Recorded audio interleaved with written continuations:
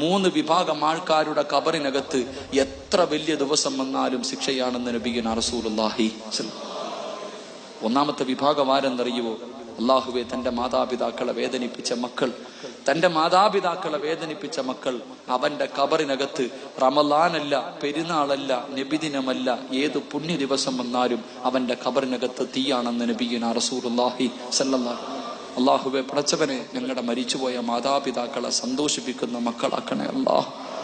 അല്ലാഹുവേ, പടച്ചവനെ, ജീവിച്ചിരുന്ന കാലത്തെ അവർക്ക് സന്തോഷം കൊടുക്കാൻ കഴിഞ്ഞില്ല, മരിച്ചതിന് ശേഷമെങ്കിലും സന്തോഷിപ്പിക്കുന്ന മക്കളാക്കണേ അല്ലാഹ്. ഞങ്ങളുടെ ഉമ്മയും ഉപ്പയും വെള്ളിയാഴ്ച ഖബറിൽ കടന്നിട്ട് ഞങ്ങൾക്ക് വേണ്ടി ദുആ ചെയ്യണേ റബ്ബേ. ഞങ്ങളെ ശപിക്കല്ലേ അല്ലാഹ്, ഞങ്ങളെ ശപിക്കല്ലേ അല്ലാഹ്. ഞങ്ങളും ഖബറിൽ പോകുമ്പോൾ ഓരോ വെള്ളിയാഴ്ചയും സന്തോഷിപ്പിക്കുന്ന സാലിഹായ മക്കളെ നീ ഞങ്ങൾക്ക് നൽകി അനുഗ്രഹിക്കണേ തമ്പുരാൻ, നൽകി അനുഗ്രഹിക്കണേ റഹ്മാനെ. എൻ്റെ പ്രിയമുള്ള സഹോദരങ്ങൾ,